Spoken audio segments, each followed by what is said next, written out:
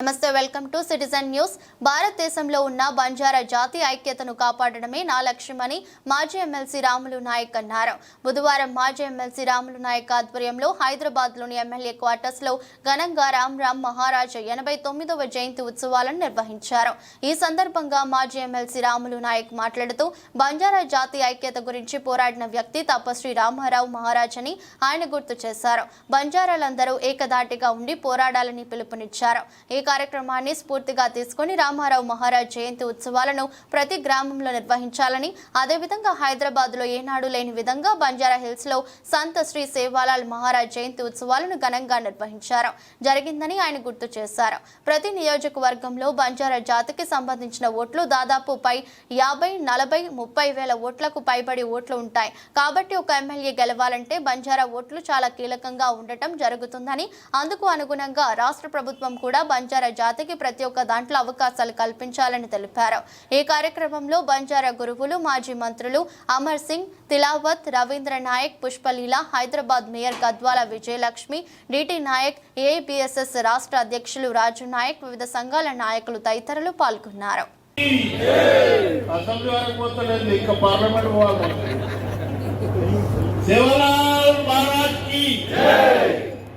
तपस्वी रामराव महाराज की जय, जगदम्बा माता की जय, शेरवा रामराव ना चेन्नई भारत ना गुरु पी जनार्दन रेड्डी మా దగ్గర ధనలక్ష్మి లేదు కానీ సేవాలాల్ మహారాజ్ ఆశీర్వాదాలతో జనార్దన్ రెడ్డి మా నెత్తి మీద చేయితోటి ధనలక్ష్మి సంపాదించినాం. ఎక్కడ అవినీతి జరిగినా, ఎక్కడ అన్యాయం జరిగినా ఎదురు తిరగడానికి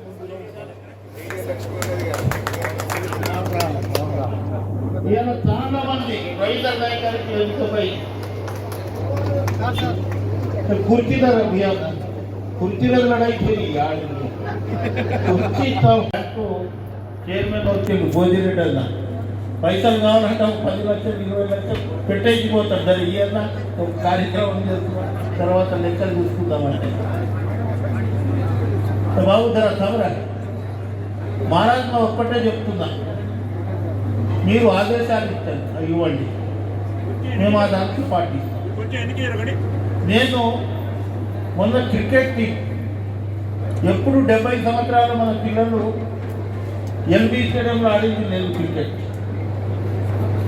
క్రికెట్ ఆడిపించిన తర్వాత వాళ్ళ స్పీడ్ చూసిన కరెక్ట్గా వాళ్ళ కోచింగ్ ఇచ్చి నేను పంపిస్తే ఇండియాకి ఆడతారు వాళ్ళు. అట్లా ఈ జాతి చాలా కష్టపడుతుంది, అన్ని విధాలుగా దొంగతనం చేయదని కష్టపడుతుంది, ఫలితం ఇచ్చేస్తుంది. నేను మొన్న శ్యామరేఖ నాయకు వచ్చిన, ఆమె వచ్చి నీ కొట్టదు, నువ్వు ఎట్టు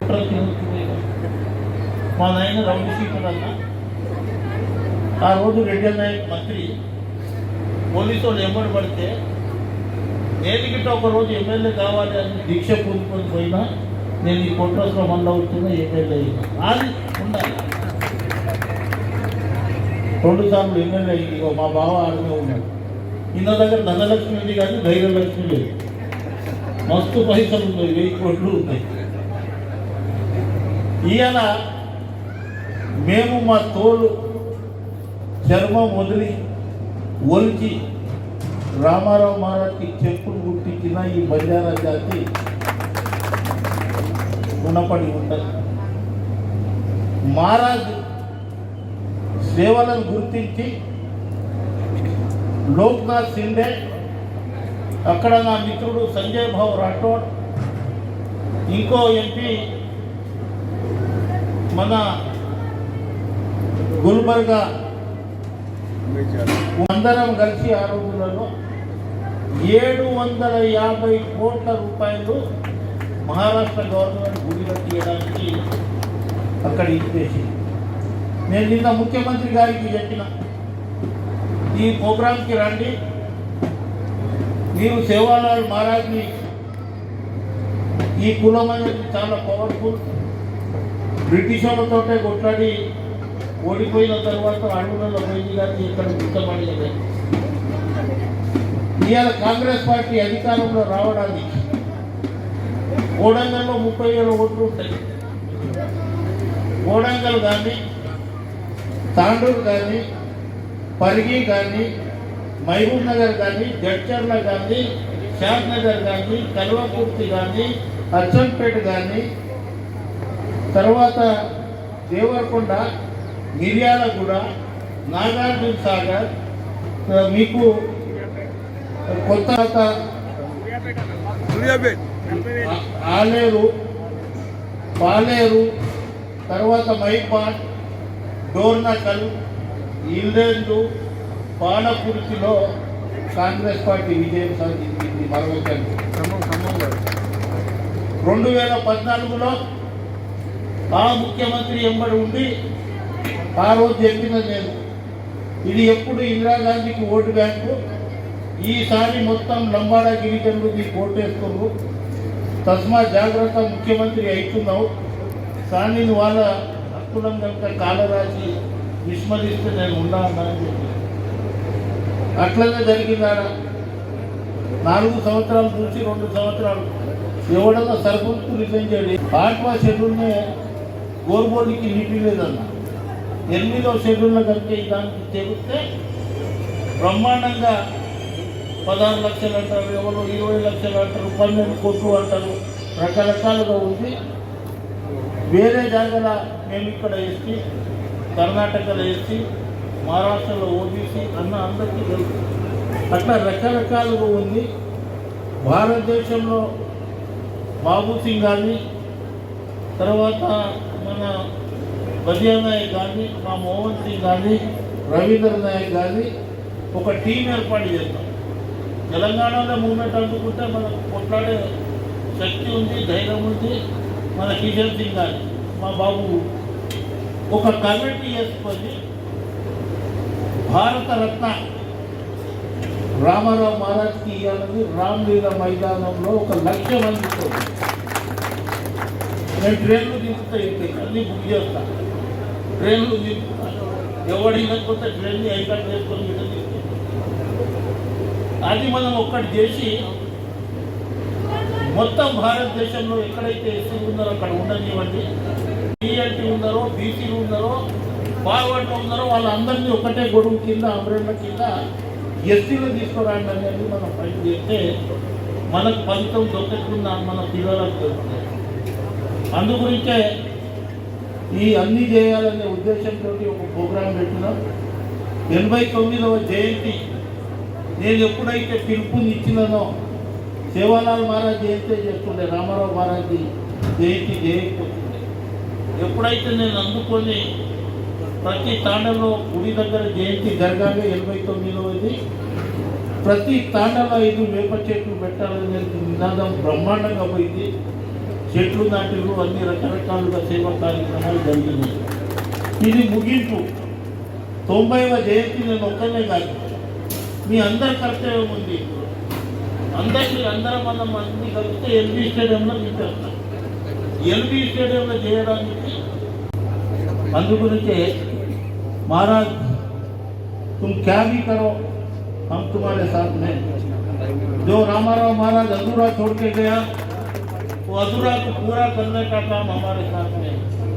कोई गोली मारे तो गोली नहीं लगता, मेरे मालूम है, मेरे साथ में रामाराव महाराज का आशीर्वाद है। इतना ही बोलते हुए आप कौन सा भी कार्यक्रम हम लिए तो हम तुम्हारे साथ में हैं। डेफिनेट गवर्नमेंट में मेरी बहन है, यहाँ पे हमारे मैडम है और 4-5 एमएलए है, हमारे IAS रिटायर्ड ऑफिसर है, बड़े बड़े लोग है। फिर डेलीगेशन जाके मैं अकेला ही गया तो मेरे नाम आता तेरा नहीं है, डेलीगेशन जाके मैं टाइम देता हूँ चीफ मिनिस्टर से, डेलीगेशन जाके आप भी वो डेलीगेशन में रहता हूँ। तो बच्चा ये रहता रामाराव महाराज जब डेलीगेशन लेके आया था, जब KCR कुछ भी नहीं था, यही भाई किशन सिंह हम लोग का 4 आदमी लेके लेता, तो मुख्यमंत्री बन रहा 2014 में बोला, 2009 में बोला तो बात 2014 में मुख्यमंत्री। पर तू होम बिरला नहीं भाई, बैठे थे दिल्ली में तो होम बिरला बोल रहा था। अरे भाई मेरे क्षेत्र में 90% बंजारा है, कोटा राजस्थान नहीं बुलाया था, जिसके लिए मैं सबका आभारी हूँ। आपको धन्यवाद करता हूँ महाराज, तुम्हारा टाइम निकाले, इतना बड़ा हमारा शंकर महाराज भी इधर इतना बड़ा टाइम निकाले। हमारा बोझू महाराज तो सुबह में उठ के एक ही मंत्र पढ़ते रहते, अरे काम करो रे, सीखो रे, वो करो रे। महाराज ఆయన అందరూ బాగా ఇది చేస్తూ ఆయన ఒక క్యాన్సర్ హాస్పిటల్ కట్టారు. మన మాణిక్ బాబా జయరాబాద్లో ఒక క్యాన్సర్ హాస్పిటల్ ఫ్రీ ట్రీట్మెంట్ ఇస్తున్నారు అక్కడ. అటువంటి మహారాజులు ఇట్లా ఉన్నారు. మీ అందరికీ ధన్యవాదాలు తెలుపుతూ ఈ అవకాశం ఇచ్చిన బాబు బజియా మహారాజ్కి కృతజ్ఞతలు తెలుపుతూ సేవలు తీసుకుంటున్నాను. పేదోడు వాదనగా ఉంటే ఎల్బీ స్టేడియం నింపడం నాకు పెద్ద సమస్య కాదు. వచ్చే సంవత్సరం అందరం ఇక్కడ ఇది తీసుకుందాం. ఏదో మాట్లాడినాము అది కాకుండా నేను మా సిరిశైలం యాదవ్ అన్నది మొన్న ఆ సేవాలాల్ జయంతి క్రికెట్ టోర్నమెంట్లో అది 2.5 లక్షల రూపాయలతో ఆ విగ్రహం చేస్తే అన్న ఒకటే అన్నాడు ఆ రోజు వచ్చి, 1200 విగ్రహాలు నేను ఫ్రీగా ఇస్తాను మీకు.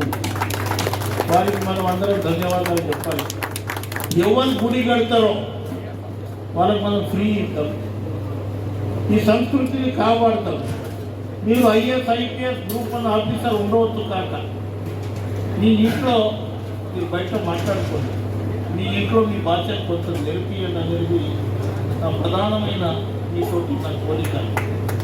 ఎందుకంటే మాటలు వస్తలేవు, డాడీ మామీ అని చెప్తున్నారు. మళ్ళీ మన సంస్కృతి మనం కాపాడుకోవాలంటే ఇక నా కోడలిలో ఉంది, యజ్ఞంలో కూర్చుంది. గ్రూప్ 1 మొన్న క్వాలిఫై అయ్యి మన డ్రెస్లో ఉంది. ఆ డ్రెస్ మీరు దసరా అయినప్పుడు, మీ ఇంట్లో పెళ్ళి అయినప్పుడు, లేకుంటే మీ ఇంట్లో గోల్డ్ కాలేదన్నా పూల్ పనులు చేసినప్పుడు, రామారావు మహారాజ్ జయంతి జరిగినప్పుడు, సేవాలాల్ మహారాజ్ జయంతి జరిగినప్పుడు అది మీ డ్రెస్లో కనుక వస్తే 1,00,000 మంది లేడీస్ ఉండదు. నువ్వు ఆ 10 మంది గుర్తు అడ్డే పోతే ఎక్కుతాను. దాంట్లో గురించి ఎక్కడ పోతాయి? ఆ లేడీస్ పైన ఉంది.